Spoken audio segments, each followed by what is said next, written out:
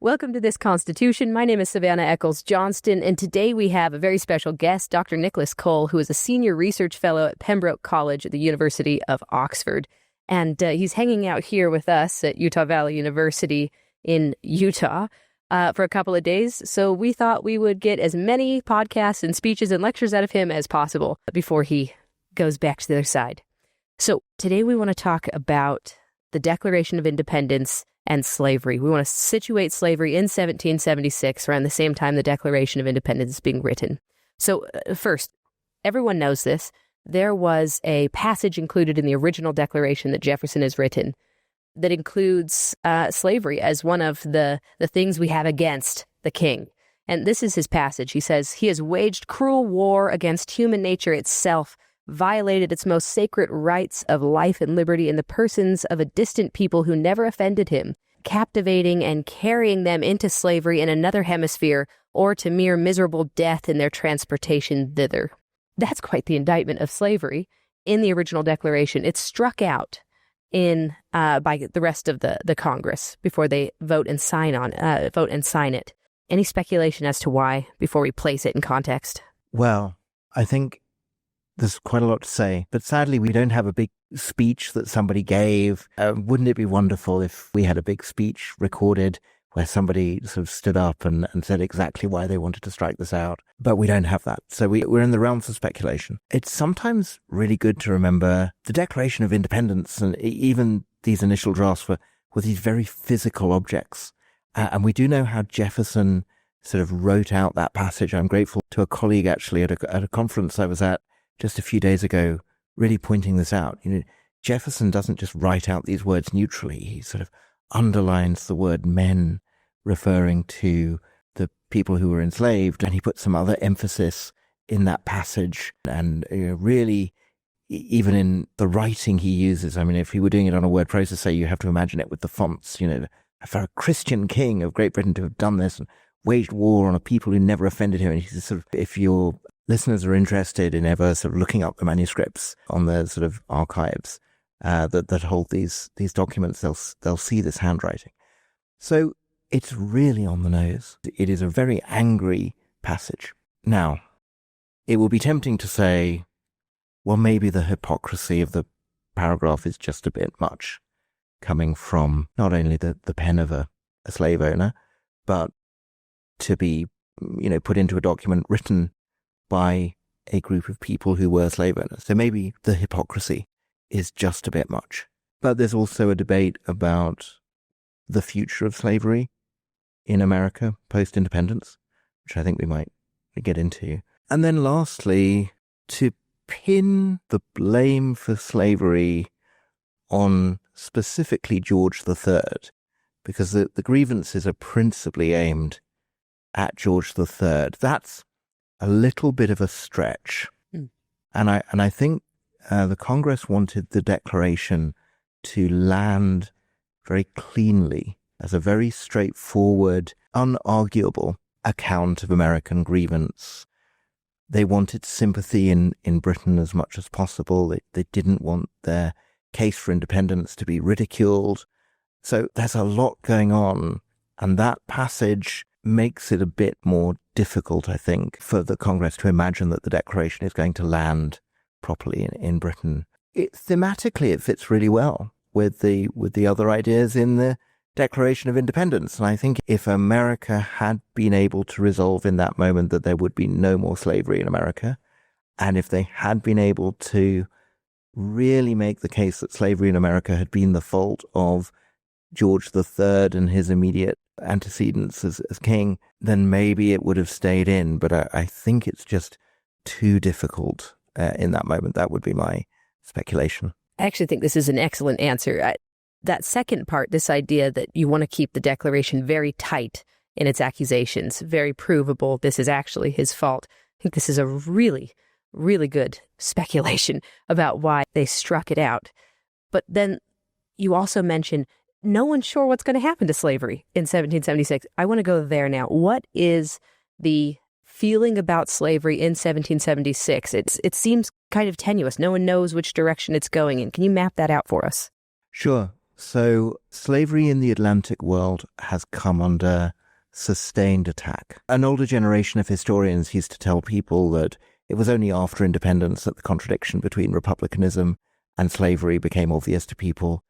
This simply isn't true. Montesquieu's Spirit of the Laws, which everybody who was educated claimed they'd read, that work in 1748 in French and 1750 in English has a long passage talking about the incompatibility of republican government and slavery, and frankly ridiculing the arguments presented for slavery. Montesquieu does a really thorough job. So anybody that's claimed to have read the most widely read work of political philosophy in the Atlantic world in the era of revolutions has to be aware, or at least ought to be aware if they really have read it, that Montesquieu, at least, who is supposed to be their guide for all kinds of good things like separation of powers and representation of the people and all of these other things. Well, Montesquieu said you can't really have a republic and slavery, and that the arguments in favor of slavery are illegitimate. So that idea is definitely out there. Then there's been a court case in England in the early 1770s, and the court has ruled that nobody may be held as a slave in England. So slavery is the law in the colonies, but there's no actual law in England allowing for slavery. So suddenly hugely inconvenient for slave traders. They can no longer sail their ships up the African coast to England and then sail across to the Caribbean and the mainland. They have to go directly across the Atlantic instead, which incidentally causes a lot of additional suffering. But that court case has really put on notice the idea that the common law does not protect the idea of slavery, even though a lot of people have thought that it might, but English courts have ruled that it doesn't. So you have to make a positive choice that you're going to have slavery in the law. So that's put slaveholders on notice. There's criticism of the Atlantic slave trade with, we would now call, I guess, a pressure group, really advocating for the end to the slave trade, which is often seen as especially evil. So even if you think that slavery itself, maybe you could live with, a lot of people are taking the position that, well, even if we can live with slavery, we can't live with the slave trade because there is something especially cruel about carrying people across the Atlantic, and it's fueling the further growth of the institution, and even the idea of buying and selling people is sometimes distinguished from the idea of just owning the slaves that you have inherited. So people have quite complicated moral positions that they take on all of this.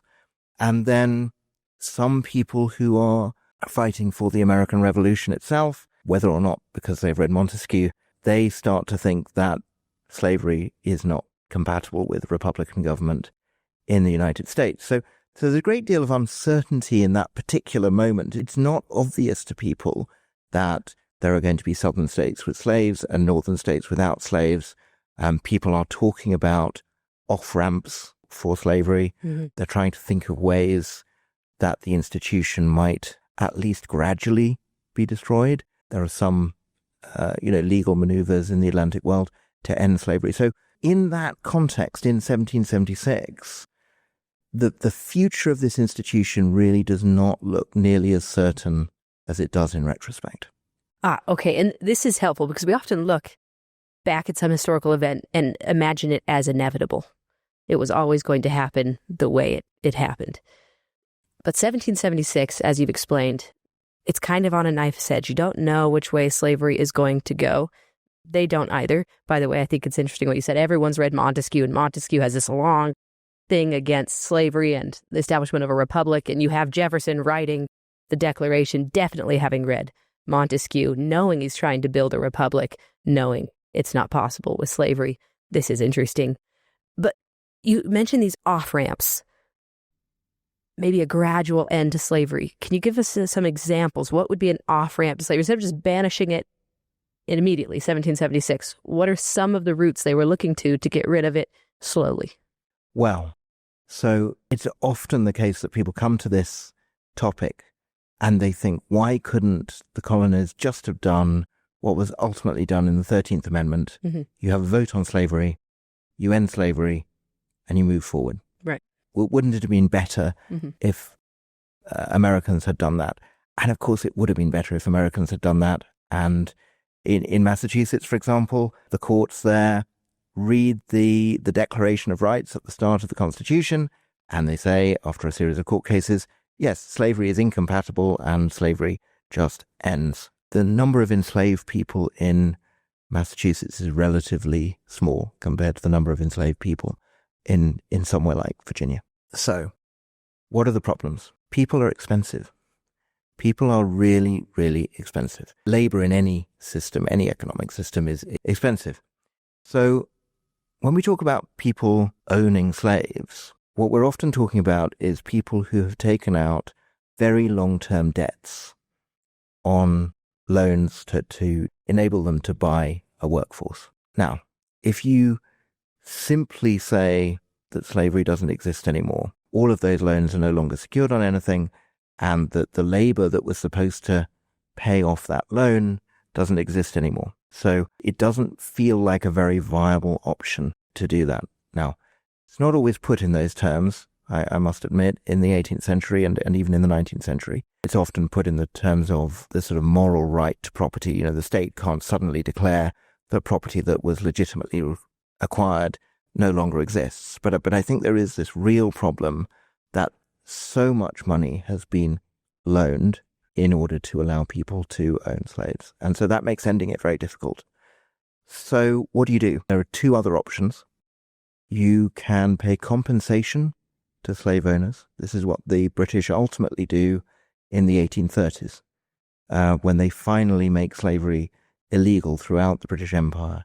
They set aside an enormous sum of money to compensate slave owners for the freedom of slaves, effectively, and buy off the value. The other thing you can do, and this is what many new American states either actually do or think about, and even Virginia thinks about this, is a system of gradual emancipation, where you say, after this date, there will be nobody else will become a slave in this state. And anybody who is will, and then the arrangements vary, but perhaps continue for the rest of their lives, or perhaps continue for a certain number of years, a long number of years, 20 years or more. They will be indentured servants, so they will still owe labor, but they won't be enslaved. And that system of gradual emancipation is what many states adopt. But gradual emancipation takes a very long time.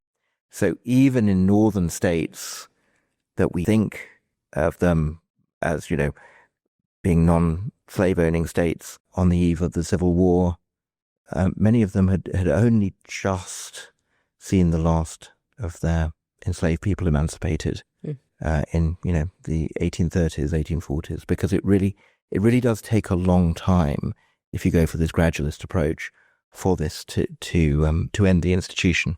And a lot of this is, again, about property or the value of persons. I guess the question we need to talk about first is, in 1776, Jefferson, when he writes men, he underlines that, right? In 1776, did they understand these enslaved persons to be human, man, not property, man? I think yes. I'm sure yes. A lot of the more racist language that people might have read actually comes from the 1820s and onwards, as positions really do harden in the South. So a Virginian in the 1820s probably couldn't have got away with the kinds of equivocation that a man like Jefferson is able to express in the era of the Revolution. I mean, Jefferson very famously says, "We have the wolf by the ears. We can neither free him nor let him go." Mm-hmm. Acknowledging in his sort of broader writing about this that slavery is a moral evil, both for the enslaved and the people doing the enslaving, but that he doesn't see an easy solution to it. Now, he writes in terrible terms that I'm certainly not going to quote on this podcast about his speculations, as he calls it, of racial inferiority, even then he's more tentative than somebody would have been in a subsequent generation. So I think he definitely does acknowledge his property to consist of men, and he's even related to some of them.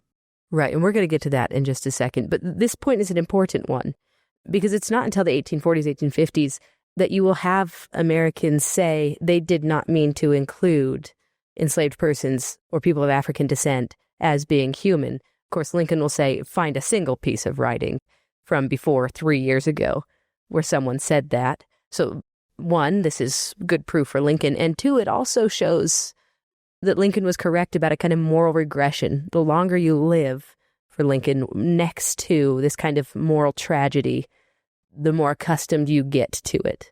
So as you say, 1720 is a different time and understanding of slavery than 1776, and certainly than 1830 and 1860, that there is a kind of moral regression in the nation. But let's complicate the picture a little bit more. Let's go back to what you just said about Jefferson and being related to some of these people. There are strong arguments against slavery in the 1770s. One of the strongest is the Christian moral argument, and it is deeply tied to this issue of relation.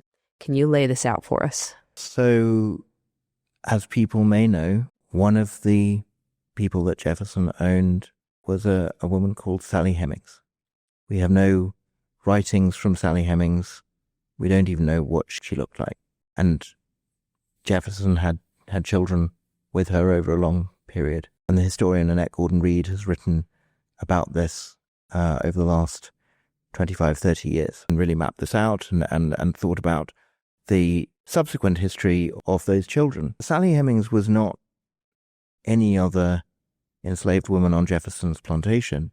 She was his deceased wife's half-sister. In other words, her father had been her owner, and when Jefferson acquired many of his slaves through marriage, she came into Jefferson's household too. And some of her children, Annette has really traced this out, some of her children and grandchildren passed as white and moved to the north. I think one of them fought in the Civil War, and some of them didn't. And so this is a very complicated picture. And Jefferson is not unique in any way. This is part and parcel of many experiences of slavery, as distasteful as it is. And when escaped slaves wrote narrative accounts of their lives, wrote accounts of being enslaved in the South, they often focus on how unnatural this is, that they may be related to the people who are enslaving them, and how unnatural it is to try and even think about family in this environment. This also is one of the reasons that Parliament takes an interest in slavery when it has commissions to look at the slave trade in the early 1800s, and then later in the 1830s when it's considering this issue. One of the things that appears to really offend the sensibilities of Parliament is being confronted with all of the immoral behavior that surrounds the institution of slavery. Right. So you have two issues here related to the family. The first is that Black marriages, or marriages between enslaved persons, I actually don't know what the legal status was for free peoples, are not considered legitimate. They're not recognized, which means that enslaved man cannot perform his Christian duties as a father. Mm-hmm. So that's problem number one. You've destroyed the family there, but then you're also destroying the enslaved owner's family. Correct. Because of the infidelity involved there. And bring into that power dynamics and et cetera, et cetera. And quite a lot of violence. Right. So quite a lot of violence, for example, perpetrated by women on other women in this environment. One can imagine all of the jealousies and emotions that are clearly going to exist in this kind of environment. It's difficult to speak about that first family being torn apart, the white family being torn apart by infidelity, because it's not really infidelity. That seems to mean that there's two consensual people on either side. That's not what this is. That's not what we're talking about. This is the strong moral argument against slavery, and it's certainly in the air in 1776. Jefferson would have heard these kind of arguments. Correct. Against slavery. All right, what other arguments are there in the air? The argument that slavery is morally corrupting, we've talked about, but it's morally corrupting as well not to labor for yourself. So there are religious arguments to say that this is not a good way to organize your life. There are arguments that attack the legitimacy of the institution on legal grounds. So there are some very ancient arguments in favor of slavery, because up until the era of the American Revolution, most societies for most of human history had accepted slavery as a matter of course. So there is literally thousands of years worth of thinking on the legitimacy of slavery. And, one argument, for example, was that captives in war and their descendants could be legitimately enslaved. This is an argument that Montesquieu, for example, attacks. Another very ancient argument is the idea that slavery might be mutually beneficial, because maybe some people are better at being masters and some people are better at being laborers, and that slavery in some way recognizes this. This is the so-called idea of the natural slave, and it gains some currency in the South. Jefferson even toys with that as an idea. But other people, including, for example, Montesquieu, say that this idea is nonsense. And even Aristotle, who you're quoting, thought that it didn't really work. Aristotle says, actually, nature doesn't make these clean divisions, even though he tries to advance the argument. So, in a sense, there's quite a rich defense of slavery and quite a rich set of attacks on slavery all the way through. There's not one single attack on slavery. It's attacked economically as maybe not being the right way to organize labor. It's attacked morally. It's attacked legally. It's attacked on religious grounds. And then after the Haitian Revolution, it's attacked on the grounds of safety. Maybe this is just a very dangerous institution to be trying to contain within your borders. Right. So this is, I think, very useful for understanding the Declaration. Slavery, the most obvious infringement of the Declaration, of the philosophies expounded by the Declaration, is very controversial. It's not like 1860 comes around and suddenly we realize, oh, slavery is wrong. No, it's deeply controversial then, and the dominant opinion seems to be that it is morally wrong, though maybe cannot be disposed with yet, maybe through these kind of gradual methods. Let's go back to Montesquieu for just a second, and maybe this can be the last person we speak about. So Montesquieu makes this argument that republicanism and slavery cannot coexist. And yet, in the moment of 1776, and then again in 1787, you have Republican ideals existing alongside slavery. And they don't really come to a terribly violent head until 1861, until you get to Civil War, where that proposition is really tested. Can they exist side by side? And the answer is, well, no. As it turns out, bloodiest war in American history, they can't exist side by side. It's kind of this terrible tragedy that it was even attempted, and that maybe there was an off-ramp to it that wasn't taken. Before we started this podcast, you and I were chatting, and you mentioned George Washington, and you said that you believe George Washington may be one of the only slaveholders that you know of, big deal slaveholders that you know of, who doesn't have any accusations against him of having fathered children with enslaved persons. And then, of course, there's John Adams, who's delightful in all the ways, unlikable person, great person in all the other aspects. Because you came here to speak about George Washington, this speaks to me yet another thing that I like about George Washington, right? Yes, he owned people, but you mentioned he prided himself on at least thinking that slavery was distasteful and wrong. He went quite a long way. I mean, he felt caught by the law, so it becomes quite difficult to emancipate slaves in Virginia. Slave owners write the laws after the Revolution to even tighten that up and make it even harder to emancipate slaves. He doesn't properly own all of the slaves that he possesses. Many of them exist in his family because of his marriage, and he doesn't actually have the right to emancipate them. In his will, he emancipates those that he does have a right to emancipate. He writes in letters about not wanting to buy and sell people, although he does. I don't want to leave readers with the wrong impression. Washington does things as a slave owner that we would find utterly abhorrent, and rightly so, including rotating slaves from his household when he's president, and in a state that doesn't recognize slavery and has these very careful carve-outs, and he will rotate people back and forward so that he can have some of his slaves with him, but they can only be there for a certain amount of time.